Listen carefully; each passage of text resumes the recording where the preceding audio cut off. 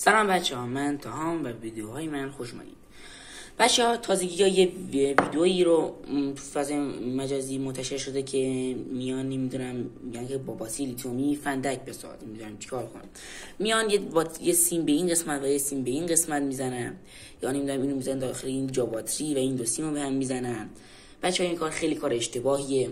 باتریتون تو دستتون منفجر میشه. باتری لیتیومی اصلا شوخی بردار نیست. باتری لیتیومی باتری از این فیلم شد تو هم دیده باشیم که توی اینا باتری میزنن زیر دستگاه پرس، باتری لیتیومی منفجر میشه. ولی این باتری یا باتری کتابی و اینا یه ماده از توش در میاد که اون ماده هم سمی و سرطانزاست که اونا هم خطرناکه. ولی این باتری لیتیومی اگه به ترکه شاد تو دستتون به ترکه، دستتون رو با شما شاید دستتون رو باید قطع کنین، یا به چشمتون آسیب میزنه یا به اعضای بدنتون آسیب میزنه. مواظب باشین اصلا این کار انجام ندین که نمیدونم میان اینو فندک بساز و از این جور حرفا.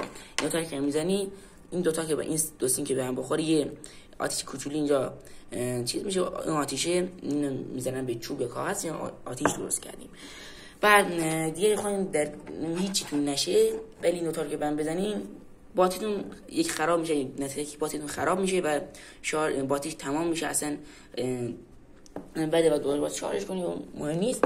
ولی هرگز این کار انجام ندین. این کار خیلی کار خطرناکیه که تازگی‌ها نمیدونم اونا که تازه بچه‌ن و اینا میذارن هیچی نمیدونن، میان اونا رو آپلود میکنن و اصلا نمیدونن که چقدر بده.